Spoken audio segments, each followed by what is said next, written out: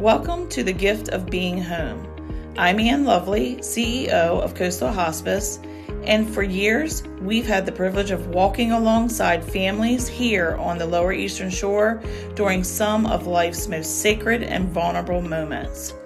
And one thing we hear over and over again is this: we wish we had known sooner. Hospice is often misunderstood. Families wait too long. Caregivers feel like they're doing it all alone, and fear can take the place of understanding. So we created this space. For 46 years, our community has trusted Coastal Hospice to provide comfort, dignity, and support at the end of life. And this podcast is just an extension of that. We're here to talk honestly about what hospice really is, when to call, and how to care for someone you love with more confidence and peace. We'll walk through things like when hospice is appropriate, what the final days can look like, how to manage pain without fear, and how to support caregivers along the way. Whether you're caring for someone, referring patients, or just trying to understand more, this is a place for clarity and compassion.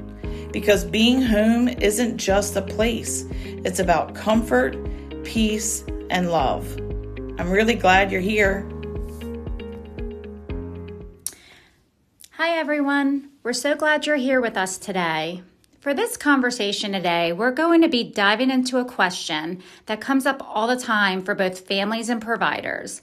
When is the right time to refer to hospice? It's not always a clear or easy decision for anyone, and sometimes people worry about referring too early or even too late at times. So today we're going to talk about ways to bring some clarity to all of that and when the right time is to refer. I'm joined today by Jen Dixon, our Access Team Leader here at Coastal Hospice. Jen works very closely with patients and families and providers every day, helping guide them through this exact decision. Jen, thank you so much for being here today. To start us off, can you help us understand what the right time to consider a hospice referral really means to people? Sure. A hospice referral should be considered when a patient has a life-limiting illness or their goals shift from a curative treatment to a comfort and quality-focused treatment. This often happens when symptoms become harder to manage, there's been increased hospitalizations or emergency visits, or treatments are no longer effective. Then we start changing over to a more comfort-focused treatment. Okay, that's really helpful.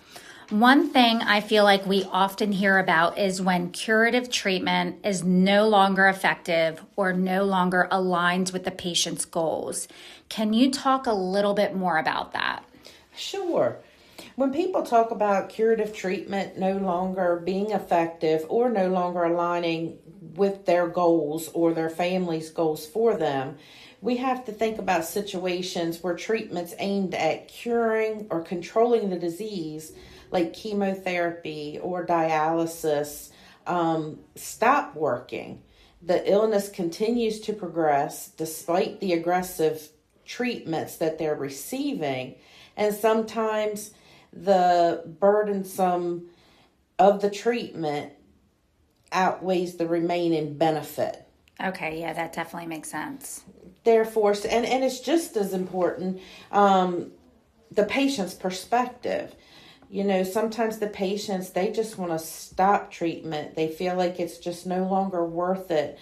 And they start prioritizing being comfortable at home and spending meaningful time with their family and avoiding the procedures or anything that is extending their life, because the treatments are just sometimes their bodies just can't handle it anymore. Yeah, no, I get that. What are some signs of patterns you see that might indicate it's time to start thinking about hospice? Like, I know you had talked about hospitalizations or changes in conditions. Can you share a little bit about that? Sure. We start seeing that people are having more frequent hospitalizations or even emergency room visits. especially when they're happening closer together. You start seeing people that they're spending more time in bed, less time up around family, talking. They have decreased appetites. Another key sign are when symptoms such as like pain, shortness of breath, fatigue, or confusion become more frequent or harder to control despite trying with the ongoing treatments. You may also notice a change in priorities. Patients, they may express to their family and loved ones that they're just tired. Mm-hmm. They're tired of fighting.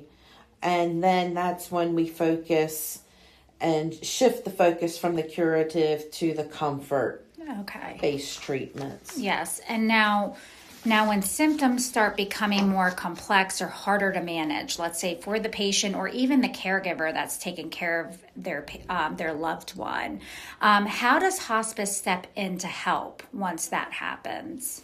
Hospice steps in with a more focused, coordinated approach to comfort care.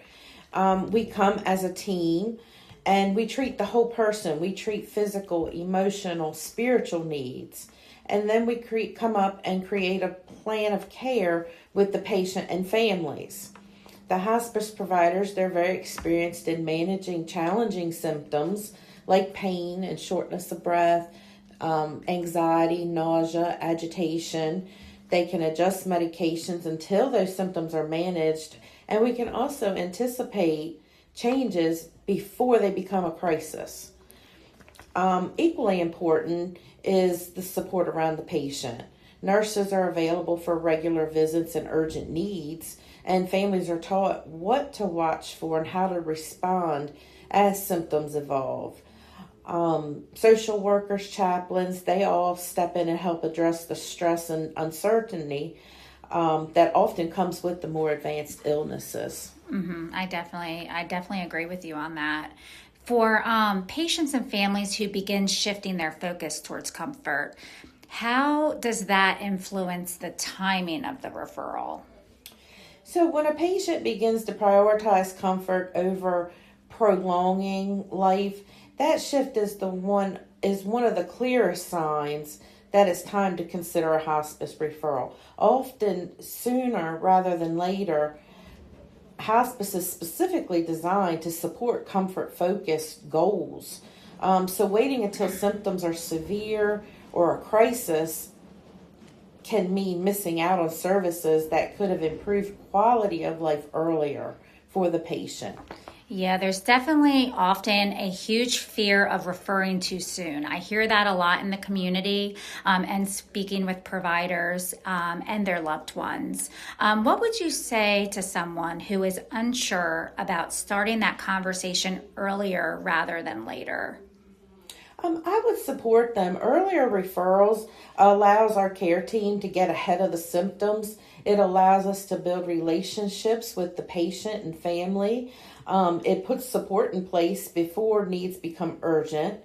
It also gives patients more time to benefit from the things like pain and symptom management or emotional and spiritual support and help with the plan and decision making. Let their needs be known. When the goal becomes, living as comfortably and meaningful as possible rather than continuing treatments, that's not the end of care, but a transition to a different kind of care. So making a referral at that point helps ensure the care provided truly matches what matters the most to the patients. Yeah, I definitely agree with you, Jen. This has been such an important conversation. I think the biggest takeaways from today is that hospice isn't about waiting until the very last moment. It's about recognizing when support can make the biggest difference, whether it's changes in their condition, more frequent hospital visits, or simply a shift in goals towards comfort. Those are the meaningful signs that may be time to explore hospice. And as we heard today, there's really no downside to starting that conversation earlier. It often leads to better support, better outcomes for both patients and their families. Jen, I really want to thank you so much for sharing your insight today and helping us make this topic feel clearer and more approachable. And thank you to everyone who has joined us today. We're so glad you spent the day with us, and I hope this conversation gave you the confidence to recognize when it might be the time to reach out and start that conversation a little sooner. Thank you so much, everyone. Have a great day.